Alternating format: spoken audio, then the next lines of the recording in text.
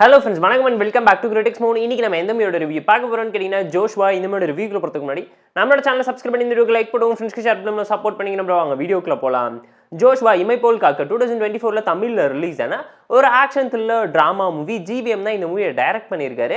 இந்த மூவியில் யார் யார் நடிச்சிருக்காங்கன்னு கேட்டிங்கன்னா வருண், டிடி, கிருஷ்ணான்னு ஏகப்பட்ட பேர் நடிச்சிருக்காங்க. ஷார்ட்னோட ஒன் லைன் ஸ்டோரி என்னன்னு கேட்டிங்கன்னா, நம்ம கதையோட ஹீரோ ஒரு கான்ட்ராக்ட் கில்லராக இருக்காரு. ஊரில் எவன் காசு கொடுத்தாலும் அவனை போய் கொண்டுக்கிட்டு ஜாலியாக நார்மலாக லைஃப் லீட் பண்ணிக்கிட்டு இருக்காரு. ஹீரோயினை பார்த்து பேசி லவ் பண்ணி உண்மையை சொல்லிடுறாரு. ஹீரோயினை விட்டு பிரிஞ்சு போயிடறாங்க.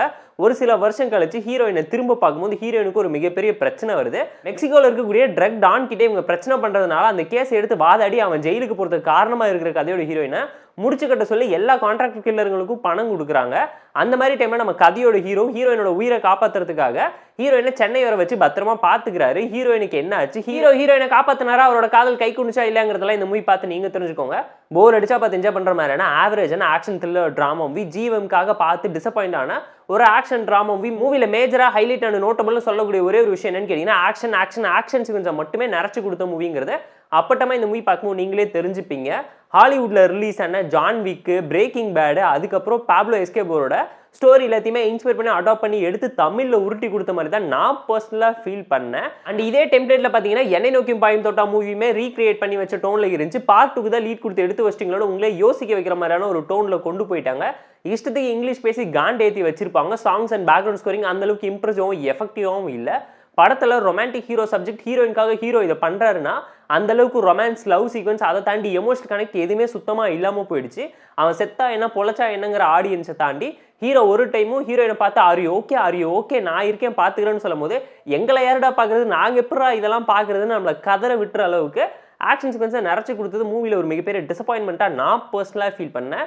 பட் அதை தாண்டி ஹீரோட பர்ஃபார்மன்ஸ் சூப்பராக இருந்துச்சு. ஒரு ஆக்ஷன் ஹீரோவாக வரணுங்கிறதுக்காக எவ்வளோ எஃபோர்ட் போட்டு எல்லா ஆக்ஷன் சீக்வன்ஸ்லையும் சம்பவம் பண்ணியிருக்காருங்கிறத அப்பட்டமா இந்த மூவி பார்க்கும்போது நீங்களே தெரிஞ்சுப்பீங்க. டிடி அண்ட் கிருஷ்ணா சூப்பரான சப்போர்ட்டிவ் ரோல்ஸ் பண்ணியிருந்தாங்க. கிருஷ்ணாவோட ரோல் அந்த அளவுக்கு எஃபெக்டிவாக இம்ப்ரெசிவாகவும் இல்லை. ஹீரோயினை ஜஸ்ட் லைக் தட் தான் யூஸ் பண்ணியிருக்காங்க. சர்ப்ரைஸ் எலமெண்ட்டாக ஹீரோயினுக்கு ஒரு ஃபைட் சீக்வன்ஸ் வச்சிருந்தா செமையாக இருந்திருக்குங்கிற மாதிரி நான் பர்சனலாக ஃபீல் பண்ணேன்.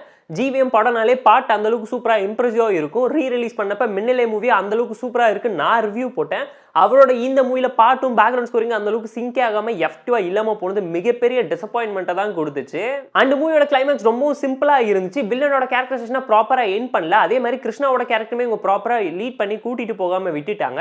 ஜஸ்ட் லைக் தட்னு சொல்ல வேண்டிய விஷயத்தை அப்போதைக்கு மட்டும் சொல்லிட்டு அப்ரோப்ரியேட்டா கட் பண்ணிட்டு ஹீரோயினோட மெயின் டச்சுக்கு மட்டும் கிளைமேக்ஸை கொடுத்து முடிச்சு வச்சிருந்தாங்க. இன்டர்வலோடைய படத்தோட கண்டென்ட் கான்ஃபிளிக்ட் எல்லாமே தீந்து போனதுக்கு அப்புறமேட்டும் ஜவ்வா இழுத்து ஒரே ஒரு ட்விஸ்ட் ஃபேக்டருக்காக செகண்ட் ஹாஃப்ல படத்தை ஒரு ஃபிளாஷ்பேக் போர்ஷன்ஸை தேவையில்லாம ரீல் சுத்தி கம்பி கட்டி கொடுத்த மாதிரி தான் எனக்கு ஒரு பர்சனல் தட்டான ஒப்பீனியன் இருந்துச்சு. ஸ்டோரி கூட ரொம்ப ரொட்டீனான ஆக்ஷன் த்ரில்லர் டிராமாவா இருந்தாலும் ஸ்கிரீன் பே அந்த அளவுக்கு எஃபெக்டிவாகவும் இம்ப்ரெசிவான டோன்ல இல்லாம போயிடுச்சு. ரொம்ப சிம்பிளா இருந்தது. நல்லா பண்றீங்கன்னு காமெடி பண்ணி உங்களையே யோசிக்க வச்சிருப்பாங்க. போலீஸ் ஒரு இடத்துலயுமே இல்ல, லாஜிக் இல்லாத commercial mass masala movie action சீக்வன்ஸ்ல நரேட் பண்ணி வச்சிட்டாங்க. எல்லாத்தையுமே வாய் வார்த்தையா சொல்லிட்டு போயிட்டாங்க. இன்னும் விஷுவலா கன்வென்ஷனலா சொல்லியிருந்தா நல்லா இருந்திருக்குங்கிறது நம்மளோட ஒரு பர்சனல் தட்டான ஒப்பீனியனா இருந்துச்சு. அண்ட் அடியால வச்சே ஹீரோ இவெல்லாம் இன்டர்நேஷனல் ஹீரோடான்னு சொல்லி காமெடி பண்ணி சிரிக்க வச்சா நீங்களே கலாச்சிட்டா காமெடி பண்ணிட்டு அப்புறம் நாங்க இதுக்கு நம்மளே கேட்க வைக்கிற டோன்ல நிறைய விஷயத்த நரேட் பண்ணி எடுத்து வச்சுட்டாங்க.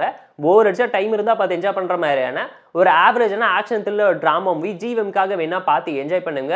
ஜோஷ்வா இமை போல் காக்க மூவிக்கு நாம தரக்கூடிய ரேட்டிங் எவ்வளோன்னு கேட்டீங்கன்னா 5.8 out of 10. இந்த வீடியோ பிடிச்சா லைக் பண்ணி, கமெண்ட் பண்ணி, ஷேர் பண்ணி, சப்ஸ்கிரைப் பண்ணி சப்போர்ட் பண்ணுங்க. இந்த வீடியோ பிடிக்கலாம் மறக்காம பெஸ்ட் லைக் அண்ட் கமெண்ட் பண்ணுங்க. நம்ம டெலிகிராம் சேனலுக்கு லிங்க் டிஸ்கிரிப்ஷன்ல இருக்கு. ஜாயின் பண்ணிக்கோங்க. டெய்லி அப்டேட்ஸ் உங்களுக்காக. Tata bye, see you and love you all.